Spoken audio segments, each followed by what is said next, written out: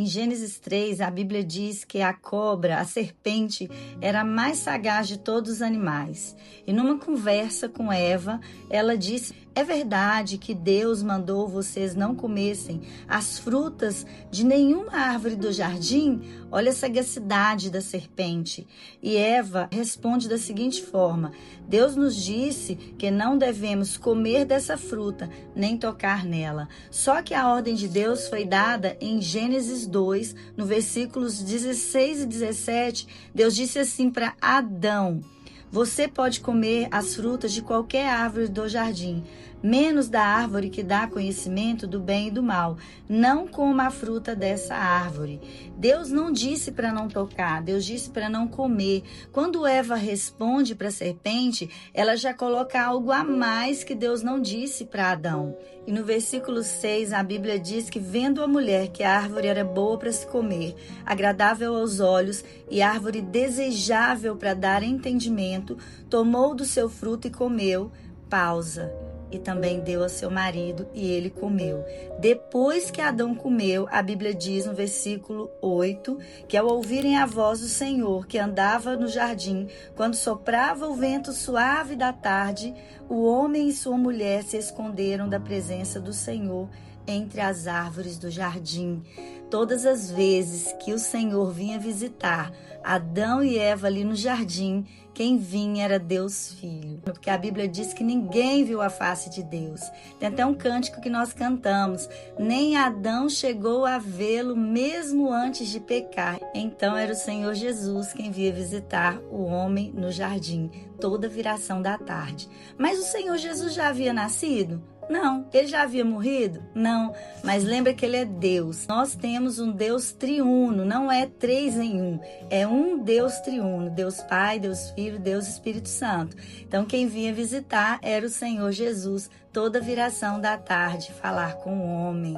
O Senhor Jesus não havia nascido, não havia morrido, mas como ele é Deus, ele é eterno. Então quem ajudou na criação, quem foi? O Deus triuno, porque a Bíblia diz que façamos o homem à nossa imagem e semelhança. Então o Senhor Jesus estava ali presente, o plano de salvação já havia sido lançado. Quando Deus vem encontrar-se com Adão e Eva ali no jardim, ele pergunta, chama por eles, e eles estavam escondidos.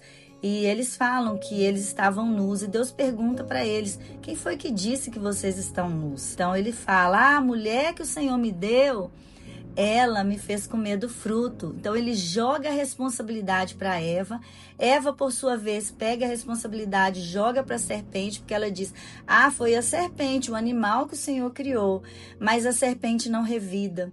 Quando a serpente não revida, basicamente ela está pegando a autoridade que Deus deu para o homem. Então, na queda, o homem passou para Satanás a autoridade neste mundo, a autoridade essa que o Senhor tinha dado para Adão. Então, quando a mulher disse assim: a cobra me enganou, ou seja, a responsabilidade é dela, então o Senhor disse à cobra: por causa do que você fez, você será castigada, você será maldita.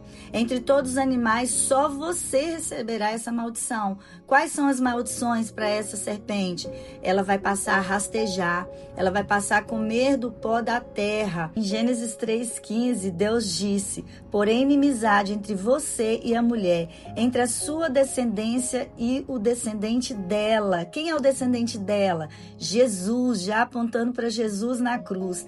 Este lhe ferirá a cabeça e tu lhe ferirá o calcanhar, porque o Senhor, quando ele morreu por nós na cruz, ele pisou na cabeça da serpente.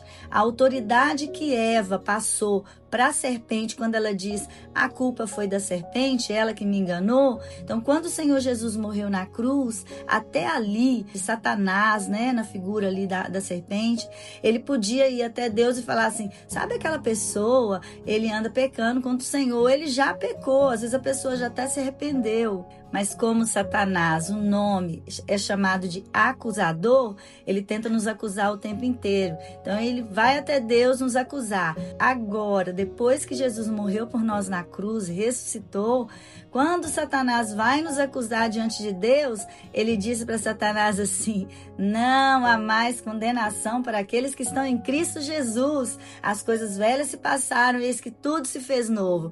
Deus Pai enviou Deus Filho à terra para morrer por nós. Então, agora o Senhor nos vê através do filtro do Senhor Jesus. Então, ele não nos vê mais na nossa ótica de pecados. Ele nos vê através do Senhor Jesus. Por isso, nós precisamos crer no Senhor Jesus para recebermos a tão grande salvação. E não é somente crer, é crer e andar em seus caminhos. A pergunta que não quer calar: se Deus sabia que o homem ia pecar, por que ele permitiu isso? Sim, Deus sabia que o homem ia pecar, porque ele é onisciente. A Bíblia diz: mesmo que a palavra me chegue à língua, tu já a conheces inteiramente, Senhor. O termo hebraico para a palavra conheces implica conhecimento íntimo, completo e antecipado. É como se fosse conhecer intimamente. Deus é onisciente, ele não apenas viu a queda acontecer, ele já sabia de tudo. Antes de Deus criar o mundo, ele já sabia que o homem ia pecar. E como assim ele criou? Por que Deus criou sabendo que o homem ia pecar? A Bíblia diz que o Cordeiro foi morto desde a fundação do mundo. A cruz não foi um plano B. Deus já havia traçado o plano de salvação antes da fundação do mundo. O Senhor já sabia que ele viria aqui na terra para morrer por nós.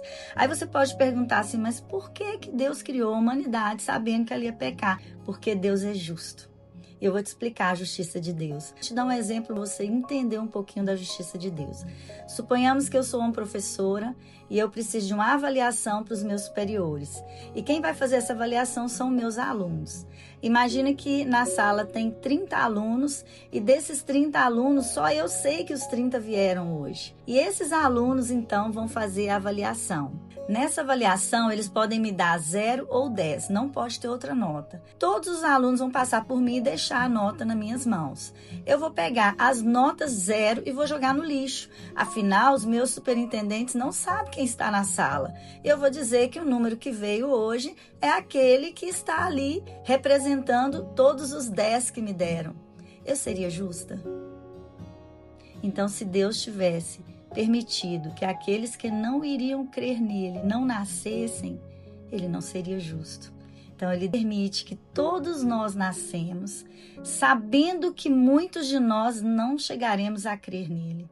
Esse é o nosso Deus, gente. Ele não despreza ninguém, ele não rejeita ninguém, mas ele é educado. Nós temos um exemplo grande disso na Bíblia. O Senhor Jesus atravessa o mar da Galileia e chega numa região chamada Gadara. Ali havia um endemoniado. Esse endemoniado, ele andava nu pelos túmulos e nem correntes o prendia. Volta e meia, eles acorrentavam ele, eles se soltavam. Ele tocava terror na região de Gadara. Mas o Senhor Jesus, quando chega perto dele, por isso que eu digo que não basta só crer no Senhor Jesus, porque até os demônios crê e estremecem. Esse endemoniado, de longe vê Jesus, ele se curva e fala: por que você veio me atormentar antes do tempo? E o Senhor Jesus expulsa aquele demônio, mas primeiro ele pergunta: quem é você? É a única situação da Bíblia em que o Senhor Jesus pergunta quem é, para que nós saibamos que não era apenas um demônio. Ele diz: eu sou uma legião. Uma legião de soldados romanos era composta de 6.000 soldados. Então havia naquele endemoniado 6.000 demônios. Então imagina o sofrimento daquela pessoa, com a vida atormentada por 6.000 demônios. E o Senhor Jesus então expulsa aqueles demônios, e aqueles demônios pedem para entrar nos porcos, uma manada de 2.000 porcos que estavam passando por ali. E os porcos caíram morro abaixo, morreram, mas lembra que as pessoas se preocupam mais com isso aqui, com o dinheiro, do que com o ser humano. Aquela região de Gadara, os gadarenos se preocuparam com o prejuízo que eles tomaram na venda daqueles porcos. Eles expulsam o Senhor Jesus dali. Então o Senhor Jesus, ele é educado, ele vai embora, mas ele atravessou o mar da Galileia por causa de uma pessoa. Esse é o nosso Jesus, que pode atravessar um oceano, ele pode atravessar de um lado ao outro dessa terra para encontrar você. Eu não sei qual o seu problema, qual é a sua dificuldade, qual é a sua aflição no momento, mas saiba que os olhos do Senhor estão percorrendo toda a terra e o Senhor jamais despreza um coração quebrantado e contrito.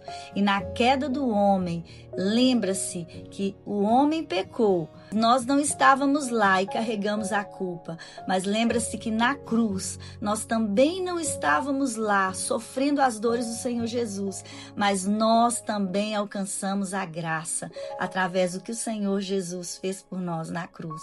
Deus abençoe seu dia.